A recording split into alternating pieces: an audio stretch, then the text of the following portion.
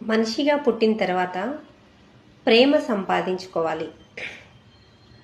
మనిషిని ప్రేమించాలి కానీ ద్వేషించుకోకూడదు, అసహించుకోకూడదు, ఇలా వారవలేనితనం చేయకూడదు.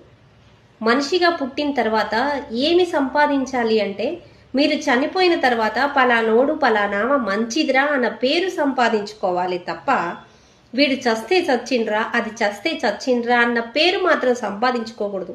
దేవుడు మిమ్మల్ని ఎందుకు పుట్టించిండు? మంచి పనులు చేయటానికి, చేతనైతే 10 మందికి సహాయం చేయటానికి, నీ ఉన్నంతలో ఒక్కొక్క ముద్ద అన్నం పెట్టడానికి, 10 రూపాయలు ఇవ్వడానికి.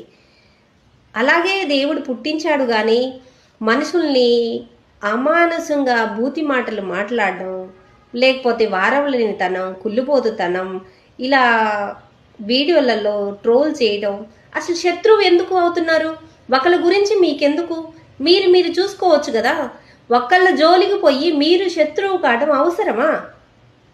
మనదేందో మనం చూసుకుంటే ఎవరికి మనం శత్రువులం కాదు కదా. ఒకళ్ళ జోలి మనకెందుకు? మన పనులు మనం చేసుకుంటే శత్రువులం కాదు కదా. మరి ఏంటి ఈ తీట? ఎదుటి వాళ్ళ జోలికి పోయి శత్రుత్వం ఎందుకు కావాలి? మంచితనం అనే పేరు సంపాదించుకోండి.